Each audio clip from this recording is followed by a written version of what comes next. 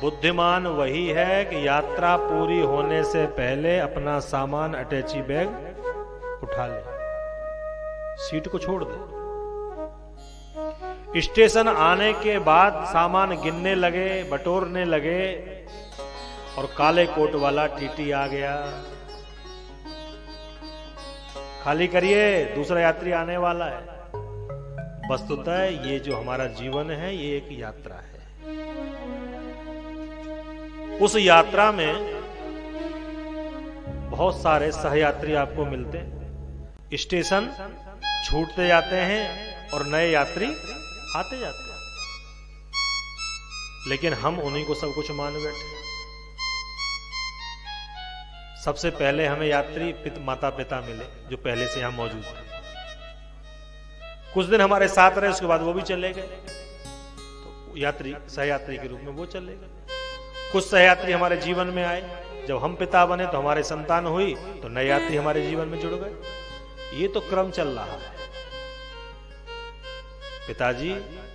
ये संसार एक यात्रा है।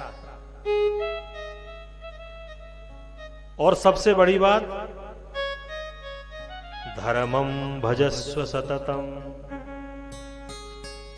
दो प्रकार के धर्म हमारे यहां बताए, एक लौकिक धर्म यानी कि व्यावहारिक धर्म, और एक परम धर्म जो भगवत प्राप्ति का मार्ग प्रशस्त करता है। तो हम अच्छे बेटा बने, अच्छे भाई बने, अच्छे पिता बने, अच्छे पति बने, अच्छे सामाजिक व्यक्ति बने, ये हमारा लौकिक धर्म है, होना चाहिए। लेकिन इसी में हम पड़े रहे तो ये बुद्धिमानी नहीं है। तो क्या करें? परम धर्म की हमें प्राप्ति करनी चाहिए। वस्तुतः ये जो संसार है ये हमारा और आपका मयका है। क्या है? मयका है। संसार इस बात का साक्षी है, जो कन्या जहां जन्म लेती है एक दिन उसकी विदाई होती है। हम भी जन्म लेते हैं, हमारे भाई बंधु होते हैं। कन्या के विवाह से पहले आप पूछें, बेटी तुम्हारा घर कहां है, तो कन्या तुरंत बताती है, उस गली में, इस नंबर का, उस बिल्डिंग के पास में हमारा मकान है। अच्छा, घर में कौन कौन है? पिताजी हैं, भैया जी हैं, भाभी जी हैं, माता जी हैं, ताऊ जी हैं। उस घर को अपना घर बताती है और उन्हीं में मन लगाती है। लेकिन जैसे ही बड़ी होती है, विवाह हो जाता है, और विवाह होने के बाद में वही कन्या जब माता पिता के पास आती है तो माता पिता कहते हैं, बेटी 2 दिन और रुक जाओ। तो वही बेटी कहती है, नहीं पिताजी, घर में बहुत सारा काम छूटा हुआ है, और आजकल वो भी बहुत लेट आते हैं, इतने व्यस्त रहते हैं, और चिंटू की पढ़ाई का भी नुकसान हो रहा है।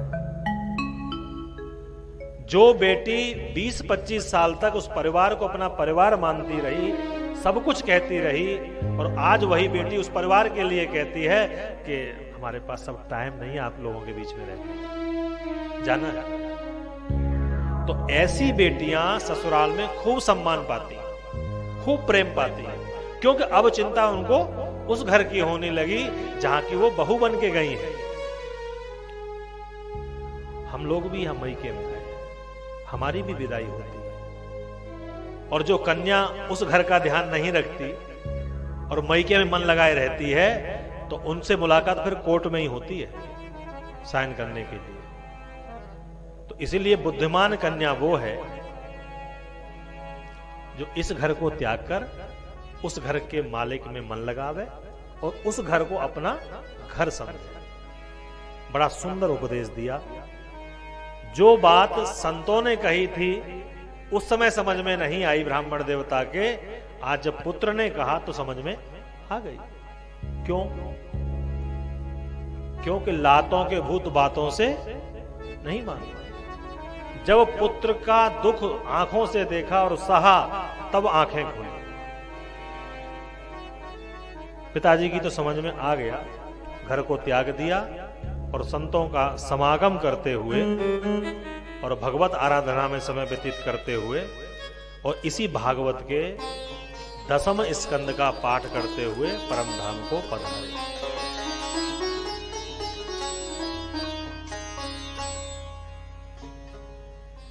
पिताजी को तो उपदेश दिया, संतों की सन्निधि प्राप्त करो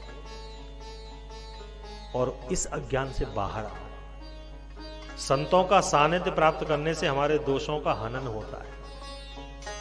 तो संत कहते हैं संतों की सन्निधि प्राप्त करोगे तो मन पर प्रभाव पड़े।